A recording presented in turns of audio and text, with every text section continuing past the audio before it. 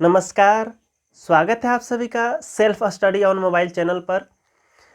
इस वीडियो में 63वीं बीपीएससी में पूछे गए मैथ के सभी क्वेश्चंस को मैं डिस्कस करने जा रहा हूं। इससे पहले के दो वीडियो 64वीं बीपीएससी और 65वीं बीपीएससी के क्वेश्चंस मैंने कराए हुए हैं, उसको भी आप देख सकते हैं। ज़रूरी नहीं कि आप बीपीएससी की तैयारी करते हो तभी इस वीडियो को देखें। आप किसी भी एग्ज़ाम की तैयारी करते हो तो ये वीडियो आपके लिए सभी एग्ज़ाम के लिए उपयोगी होगा। तो अच्छे से पूरे वीडियो को लास्ट तक देखें। आइए हम लोग क्वेश्चन शुरू करते हैं। क्वेश्चंस आप अपने स्क्रीन पे देख सकते हैं।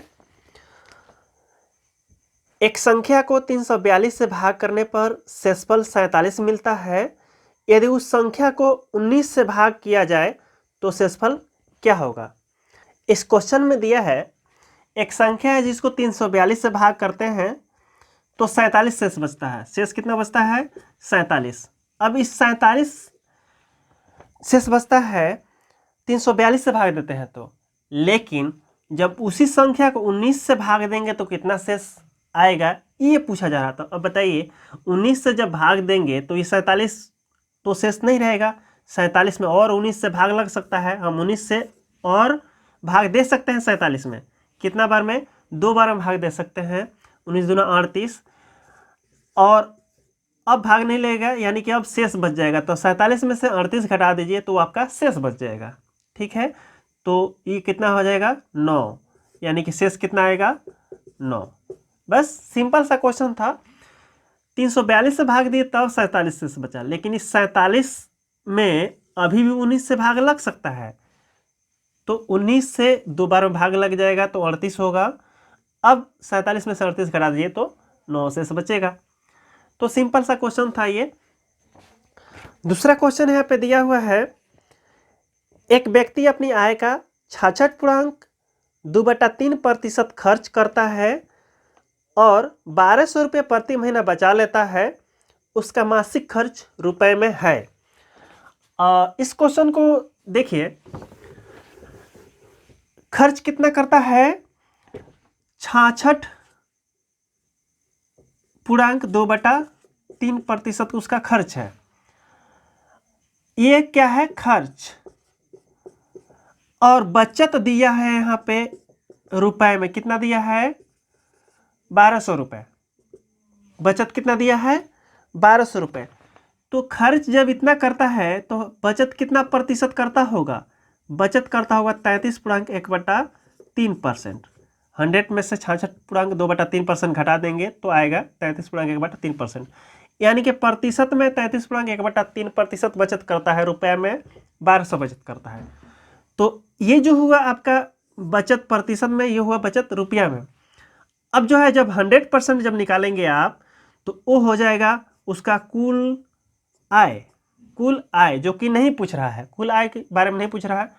कुल खर्च रुपए में कितना है वो पूछा जा रहा है, इसका वैल्यू पूछा जा रहा है। 66.2/3% का वैल्यू पूछा जा रहा है, यानी कि हमको निकालना है 33.1/3% बराबर 1200 रुपया है। तो 66.2/3% बराबर कितना होगा?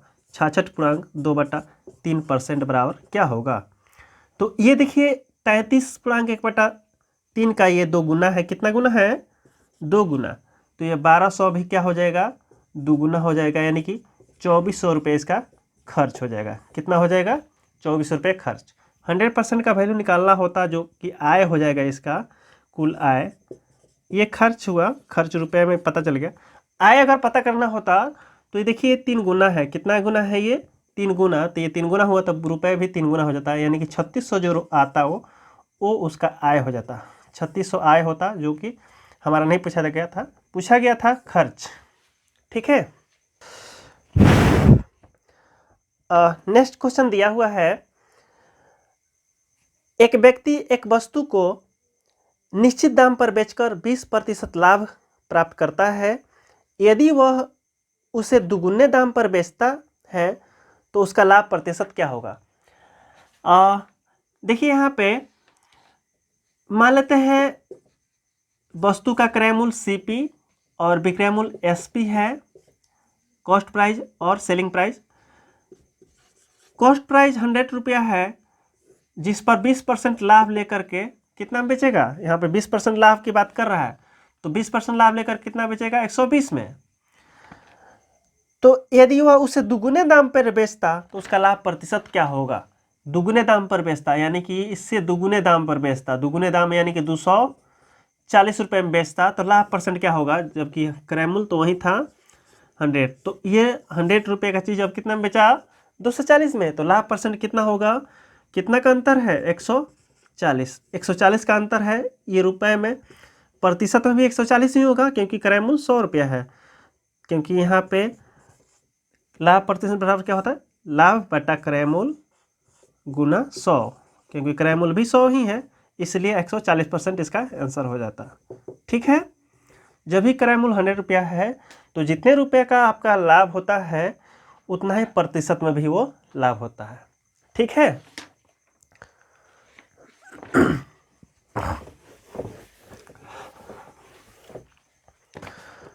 आइए नेक्स्ट क्वेश्चन देखेंगे।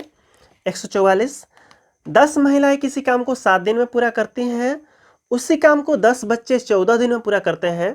5 महिलाएं और 10 बच्चे उस काम को पूरा करने में कितने दिन लगाएंगे। यहाँ देखिए 10 महिलाएं, 10 महिला को हम लोग फीमेल लिखते थे, 10 फीमेल कितने दिन में काम करती हैं, 7 दिन में। वही काम कितने बच्चे, 10 बच्चे, 10 चिल्ड्रन कितने दिन में करते हैं, 14 दिन में। जो काम 10 महिलाएं करती हैं 7 दिन में, वही काम 10 बच्चे 14 दिन में करते हैं। तो यहाँ पे हम लोग पहले निकालते हैं कितने बच्चे कितने महिला के बराबर काम करते हैं। तो ये जो है आपका वर्क बराबर किया गया है, यहाँ पे दोनों एक ही समान ही काम है, तो ये 10 से 10 कैंसिल हो जाएगा, ये 2 बार में कैंसिल हो जाएगा। मतलब यहाँ पर आया एक फीमेल बराबर हो गया 2 चिल्ड्रेन, एक जो महिला जो है 2 बच्चों के बराबर काम करती है।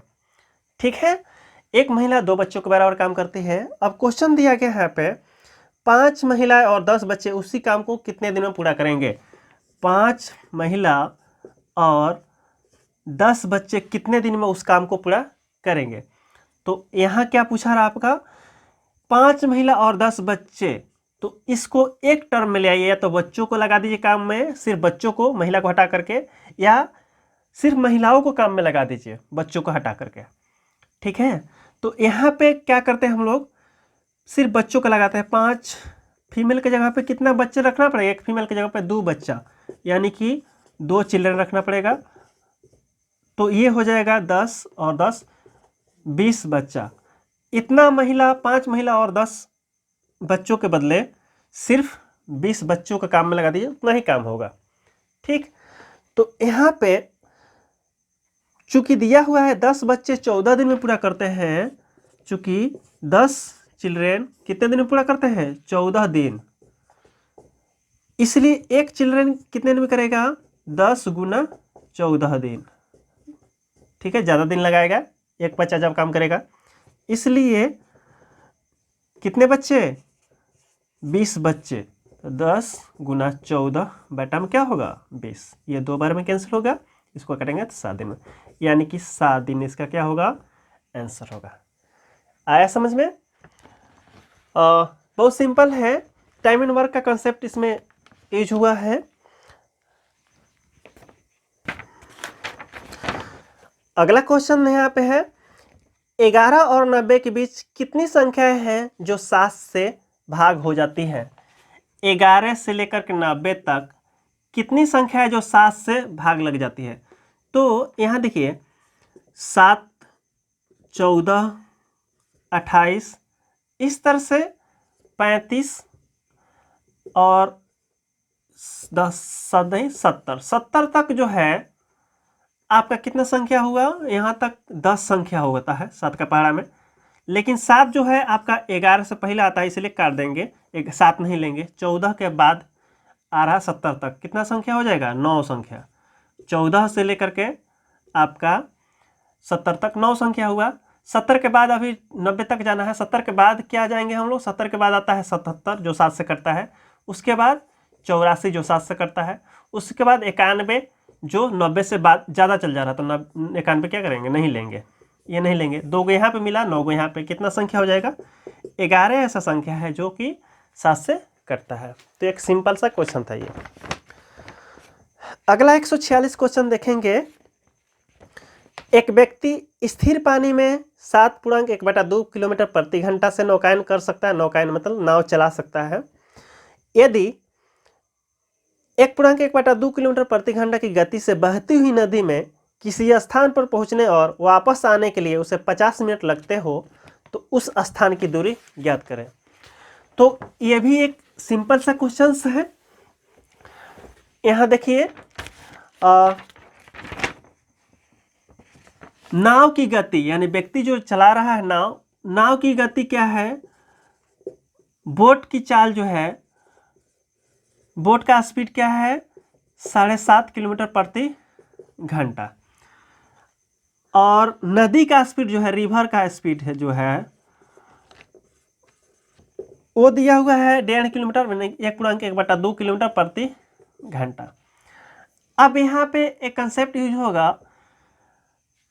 अनुप्रवाह और उपप्रवाह आप सुने होंगे, यानी कि डाउन स्ट्रीम धारा की दिशा में गति और धारा का विपरीत दिशा में गति, up stream speed. Down stream speed क्या होगा? बोट का चाल और रिवर का चाल जुड़ जाता है, अनुप्रवाह।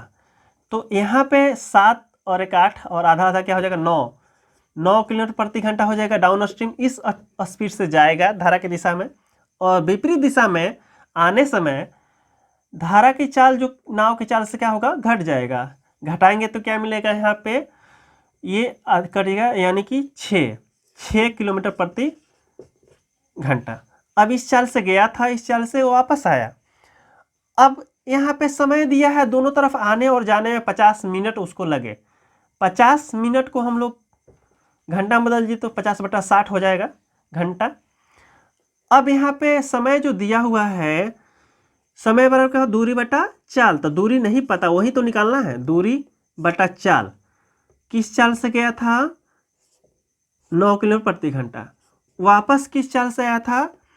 दूरी बटा चाल 6। ये जाने का समय है और ये आने का समय है, दोनों जो है समय क्या होगा?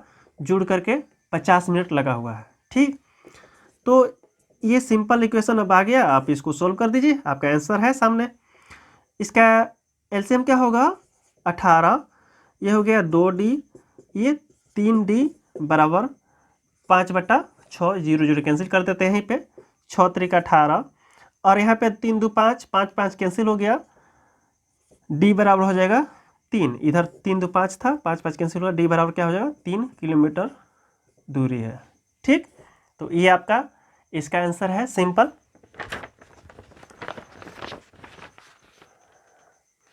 आइए अगले क्वेश्चन की ओर बढ़ते हैं। एक राशि चक्रवृद्धि ब्याज की दर से 2 वर्षों में 4624 रुपया तथा 3 वर्षों में 4913 रुपया हो जाती है, वह राशि ज्ञात करें। 2 वर्ष में वह राशि बढ़ के होता है आपका 4624 रुपये। 3 वर्ष में वह राशि हो जाता है 4913 रुपये। तो यहाँ पे 2 वर्ष में कितने की वृद्धि हुई? घटाएंगे हम लोग तो 3 2 8, 289 रुपया अंतर आ रहा है। दूसरे वर्ष से तीसरे वर्ष में वृद्धि हुई है। अब ये जो वृद्धि प्रतिशत निकाल लेते हैं, कितने प्रतिशत की वृद्धि हुई है? तो वृद्धि प्रतिशत बराबर क्या होता है? वृद्धि कितने की हुई है? 89 बटा कितने से? 4624 से इंटू 100। इसको जब आप कैंसिल करेंगे तो आएगा ये 25/4%। 25/4% की वृद्धि हुई है। 25/4% की वृद्धि हुई है दूसरे से तीसरे वर्ष में। अब इस 25/4% को फ्रैक्शन में बदल लीजिए, भिन्न में, फ्रैक्शन में बदल दीजिए भिन्न में। तो ये फ्रैक्शन में बदलेंगे तो बटा 100 करेंगे, तो बटा 100 करेंगे मतलब 1/16। ये जो है 25/4% का फ्रैक्शन में मान कितना हो जाएगा? भिन्न में कितना मान होगा? 1/16।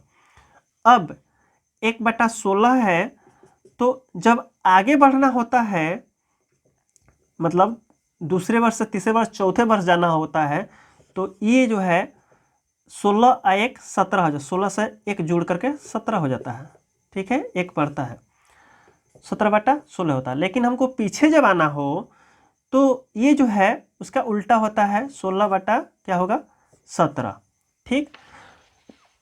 इसका कंसेप्ट मैंने बताया हुआ है आपको CISI के कंसेप्ट में, वहाँ पे आप देख सकते हैं, परसेंटेज में भी बताया है मैंने।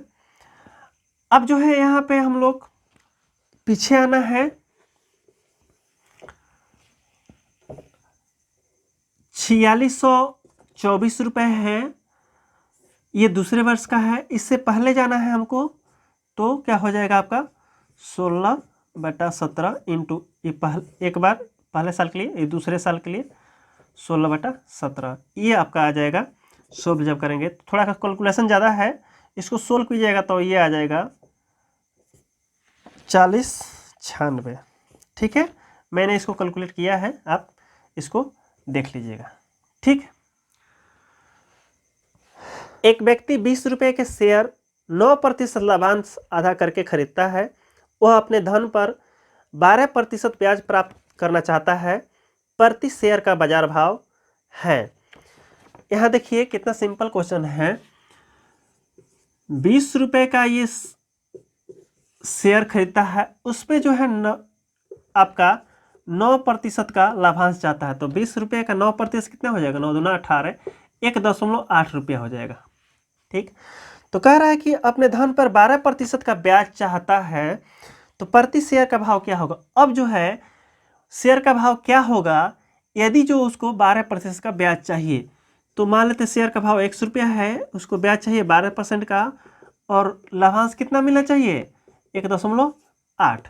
तो x का मान यहाँ पर निकालना है 1.8 बटा में 12% के लिए बटा 100 होगा, इंटू 100 ऊपर चल के इंटू गुना हो जाएगा, ठीक। अब इसको हम लोग कैंसिल करेंगे तो ये हो जाएगा 0.15 और गुना करेंगे तो ये होगा 15, यानी कि 15 रुपये का शेयर का भाव है, ठीक। तो ये भी सिंपल क्वेश्चन था। यहाँ जो पाई चार्ट दिया हुआ है आप क्वेश्चन वहाँ देख सकते हैं अपना। निम्न पाई चार्ट किसी राष्ट्र द्वारा विशेष वर्षों में की गए खेलों पर व्यय को दर्शाता है। चार्ट का ध्यान से अध्ययन करें और प्रश्न का उत्तर दें। फुटबॉल पर क्रिकेट से कितना प्रतिशत कम व्यय हुआ। तो फुटबॉल का देख रहे हैं हम लोग 54 डिग्री मान जो दिया है, 54 डिग्री में दिया है ना। और क्रिकेट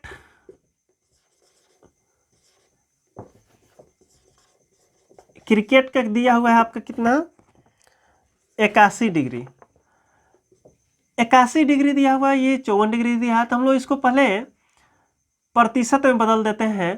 तो चूंकि आपको पता है 360 डिग्री बराबर होता है कितने के 100% के, ठीक है ना। एक वृत्त में पूरा जो है 360 डिग्री होता है, और पूरा का पूरा जो है पाई चार्ट जो है आपका एक वृत्त है। 360 डिग्री जो है 100% के बराबर है, तो इसलिए 54 डिग्री कितने प्रतिशत के बराबर होगा, इसको निकाले 100/360 गुना क्या होगा 54। इसको कैंसिल कर देते हैं, 9 चौका 36, 9 चौका 54, ये 25, 2.5, 25 छके 150, यानी कि 15% यहाँ पे हुआ। किसका मान, फुटबॉल पे खर्च होता है 15%, ठीक। अब जो है आपका क्रिकेट का निकालना है। 81 डिग्री का मान क्या होगा, डायरेक्ट हम निकालते हैं 81/360 गुना, डायरेक्ट निकालिए इसको। क्रिकेट का प्रतिशत में कितना आएगा 100/360 इंटू 81, इसको कैंसिल करिएगा तो ये आएगा 9 चौका 36, 9 9 81, ये होगा 2.5, ये होगा 25 9 225, यानी कि 22.5%। तो ये जो है क्रिकेट का आया 22.5% जो है खर्च होता है क्रिकेट पे, फुटबॉल पे 15%। अब कह रहा है कि फुटबॉल पर क्रिकेट से कितना प्रतिशत कम खर्च होता है। तो यहाँ कितना कम खर्च होता है घटाएंगे तो पता चलेगा। कम कितना है, ये घटाएंगे तो 7.5 आ रहा है। 7.5% कम खर्च होता है। तो प्रतिशत कमी निकालना है ना, प्रतिशत कमी। तो 7.5 बटा कितने से, 22.5 से गुना 100। तो ये जो है 3 बार में कैंसिल हो जाएगा, और 100/3 का मतलब हुआ 33.1/3%। ये आपका आंसर। सिंपल था। लास्ट क्वेश्चन देखेंगे हम लोग। ए 76,000 रुपये का निवेश करता है, कुछ माह पश्चात उसे बी 57,000 रुपये के साथ जोड़ता है। वर्ष के अंत में कुल लाभांश 2:1 के अनुपात में उसे बांटा जाता है। बी कितने माह के उपरांत जुड़ा। तो यहाँ पे देखिए कितना सिंपल क्वेश्चन है ये। दो लोग हैं ए और बी। एक जो है 76,000 रुपये लाया और एक 57,000। तो हम सिर्फ 76 लिखते हैं, इसको 57 क्यों, क्योंकि 3 जीरो इसमें भी है 1000 में, और 3 जीरो इसमें भी है, तो 3 जीरो कैंसिल हो जाएगा। रुपए गुना समय, वर्ष के अंत में लाभांश, वर्ष के अंत में यानी कि इसका जो है ए का रुपए जो है 12 महीना तक रहा है, ये समय है। इसका जो है नहीं पता है कितने रुपए कितने महीने तक इसका रुपया रहा, तो एक्स कर देते हैं। ठीक, 76 गुना 12, इसका 12 महीने तक रहा है, रुपया गुना समय, रुपया गुना समय, जितने समय तक रहा है।